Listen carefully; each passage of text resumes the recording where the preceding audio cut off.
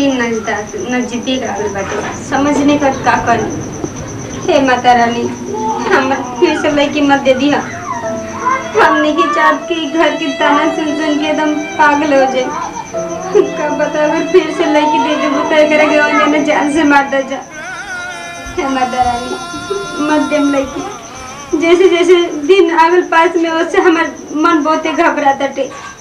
कि कैसे रखी का करी समझ नहीं क्या हो। कहाँ से ऐसे ही पहले ही से 3 गो बेटी दे दिल बड़ू हमरे के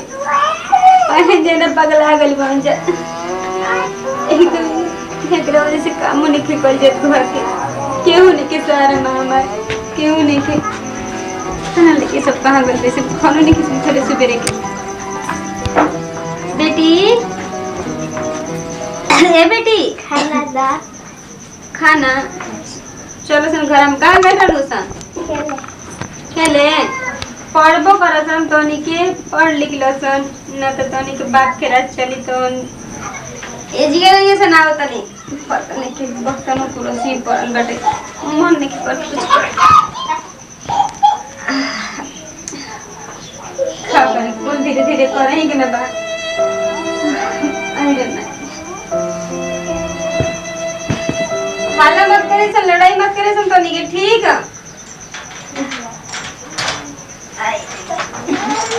कहाँ वाली करे हाँ जी का कर रही बर्तन धो रही जी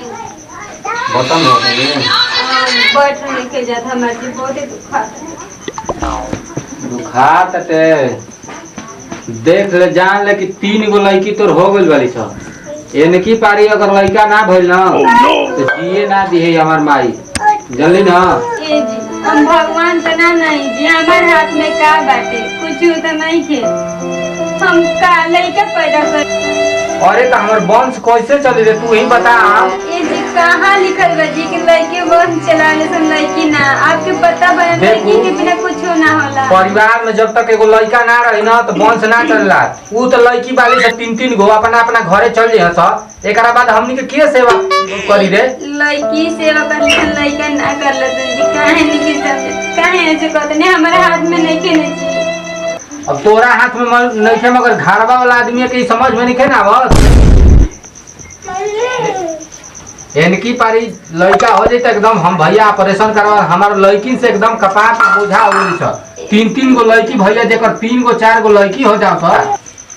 हर के उतरे बनवानी हर चला कुल रूम बनवानी अब 3 गो लड़की के बियाह करे में हम साला कुछ बनवा पाई का लड़की के पढ़ा लिखा के बड़ कुछ बना दी ना तो आपो के नाम हो जरूरी नहीं कि लड़की एकदम लेके जाली सन नाम होई जे नाम करे से देखत नहीं किए जमाना के नाम करे सब के औरी बदनाम कर दिया आजकल देश में लड़की के विकास बहुत ही ज्यादा बड़े आगे बढ़े के लड़का लेखा से कुछ करत। अच्छा तू अपन माई बाबू को लड़की न रही है बता ना अब आके जब 3-3 गो तोरे लड़की हो गई तो का करे तू अपन माई को लड़की रही है ना माई के को दिन सेवा कर दली अपन जाके बता। जब किस्मत खोले ना तो केहू ना देखेला जब मन किस्मत यही घर में लिखल रहला बर्तन चूल्हा करे के तका करती तू आगे के सोचत रही ठीक सोचत रही मगर तू ही सोच कि तू अपन माई बाबू को लड़की रही है का कहले बारी इतना दिन माई बाबू के कतना सेवा कैली है ए जा गोली ससुरा में कतना सेवा करतली माई बाबू के बता तू 4 गो लड़की हो जाए सब ना हमार पढ़ा पाए ना उन्हीं के लिखा पाए और ना ही एकदम कुछ हो हमार विकास हो पाए। जी पेटा दुखाता ते बहुत जी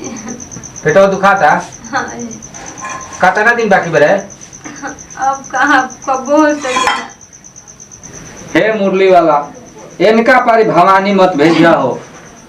हम तो पाके गोनी लड़किन से भावा ए जी हम बहुत दुखाता जी पेटा पेटवा दुखाता तो का करी हम डॉक्टर हई जा तनी देखू देखा तनी दवाई ले आई पियोरी का हम डॉक्टर थोड़े है। आपको पनीर गिरा दीजिए हे भगवान अब इहो करे के पड़िए भैया इहे कहल जाला कि संयुक्त परिवार बढ़िया परिवार है अकेले बालो कुल चीज कर यानी कि बर्तनों माजा खानो बनाओ कुल चीज कर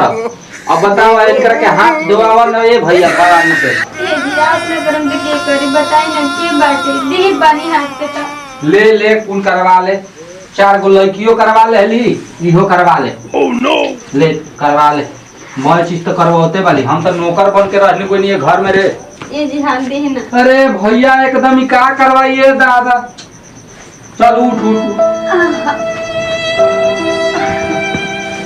अरे मर देता नहीं है, बहुत ये तो हमारे एकदम डाह गलत मेहरारू है बाबू।